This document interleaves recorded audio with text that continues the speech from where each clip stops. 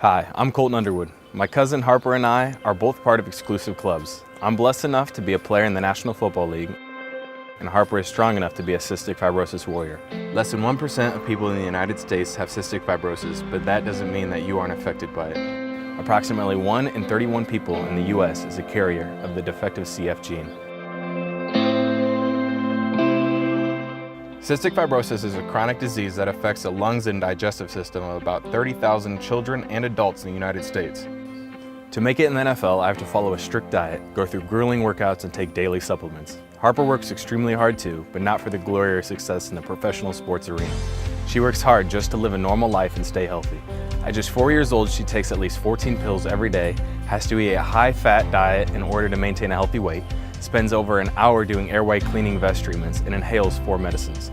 When she's sick, her treatments and inhaled medications are doubled, and as she gets older, she will add numerous other medications and treatments. This is a price a CF patient must pay to be healthy.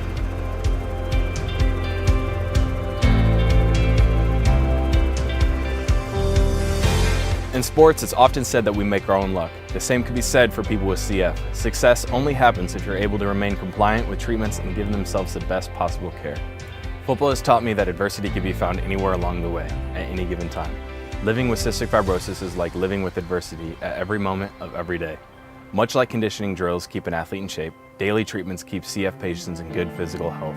Understanding plays and tactics is similar to comprehending how doctor's appointments, medicines, and exercise work. They learn to protect themselves just like a football player protects himself and his teammates.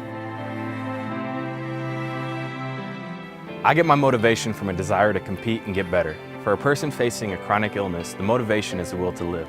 They don't have the choice to quit. They spend so much time fighting this disease because they really do believe that one day there will be a cure. I want to enjoy that day. Success can be attainable by everyone, but not without hard work.